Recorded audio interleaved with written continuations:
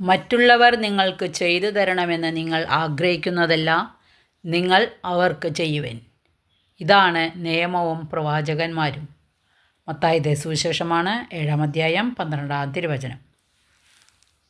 അപരന് വേണ്ടി ജീവിക്കാൻ തീരുമാനിച്ച മാക്സിമിലിയൻ കോൾബെയുടെ കരങ്ങൾ ലൂർദിൽ വെച്ച് സൗഖ്യപ്പെട്ട സംഭവം അദ്ദേഹത്തിൻ്റെ ജീവിതത്തിലുണ്ട്. കോൾബെ റോമിൽ പഠിക്കുന്ന സമയത്ത് കയ്യിൽ നീര് വന്ന് പഴുത്ത് കൈ മുറിച്ച് കളയേണ്ട അവസ്ഥ വന്നു. ഡോക്ടർമാർ കൈ മുറിച്ച് കളയുക അല്ലാതെ മറ്റു മാർഗങ്ങളില്ലെന്ന് വിധി എഴുതിയപ്പോൾ കോൾബെ ലൂർദിൽ മാതൃസന്നിധിയിലിരുന്ന് മിഴിനീരോടെ പ്രാർത്ഥിച്ചു. പ്രാർത്ഥന തീർന്നപ്പോൾ മാതാവ് പ്രത്യക്ഷപ്പെട്ട് കോൾബെയോട് പറഞ്ഞു, ലൂർദിലെ ഈ വെള്ളത്തിൽ നിന്റെ കരമുക്കിയാൽ നിനക്ക് രോഗസൗഖ്യം ഉണ്ടാകും. ഈ സൗഖ്യത്തിന് പ്രത്യുപകാരമായി മറ്റുള്ളവരെ സഹായിക്കാനും അപരന് വേണ്ടി ജീവിക്കാനും നീ തീരുമാനിക്കണം എന്ന് പറഞ്ഞ് മാതാവ് അപ്രത്യക്ഷമായി.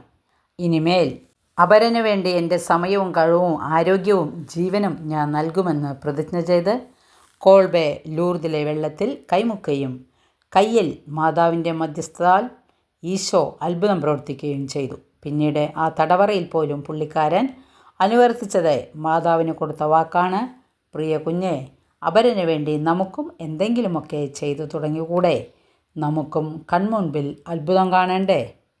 നമ്മെ സഹായിക്കാൻ ദൈവസന്നിധിയിലേക്ക് അവൾ ഓടുകയല്ല, പറക്കുകയാണ്. ഇത് വാഴ്ത്തപ്പെട്ട അൽമേനിയൂസിൻ്റെ വാക്കുകളാണ്. വചനം എല്ലാവർക്കും മനസ്സിലായി കാണുമെന്ന് വിശ്വസിക്കുന്നു. എല്ലാവർക്കും ഇഷ്ടപ്പെട്ടെങ്കിൽ ലൈക്ക് ചെയ്യുക. Okay, thank you, by.